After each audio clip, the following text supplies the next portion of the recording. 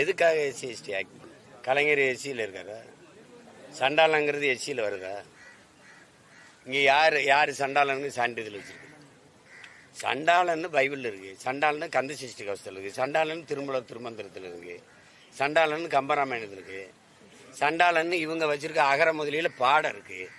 இதுக்கு மேலே எங்கள் தாத்தா ராமலிங்கம் வந்து நாமக்கல் கவிஞர் வந்து பாட்டாக பாடியிருக்காரு. சண்டாளன்னா யார்? தாயை பழித்தவன், தந்தையை நிந்தித்தவன், இவனெல்லாம் சண்டாளன். சண்டாளன் வந்து நீ ஊராஞ்சத்தை திருடுறியா, நீ சண்டாளன். அடுத்தவன் தாலி அறுக்கிறியா, அடுத்த பொம்பளை தாலி அதை குடிக்க வச்சு கொள்றியா, நீனு சண்டாளன். அப்படிதான் அவர் எழுதிக்காரு. இதில் என்ன புதுசாக சண்டாளன்? SC ST act. மலத்தை கரைச்ச மேலே இல்லை கோயிலுக்குள்ளே வராதுன்னு போட்டு போனேன் வெளியில் போதில் அவன்லாம் வரல. நீ எஸ்சியான்னு கேட்ட மாதிரிலாம் வராது இந்த சண்டாளன்.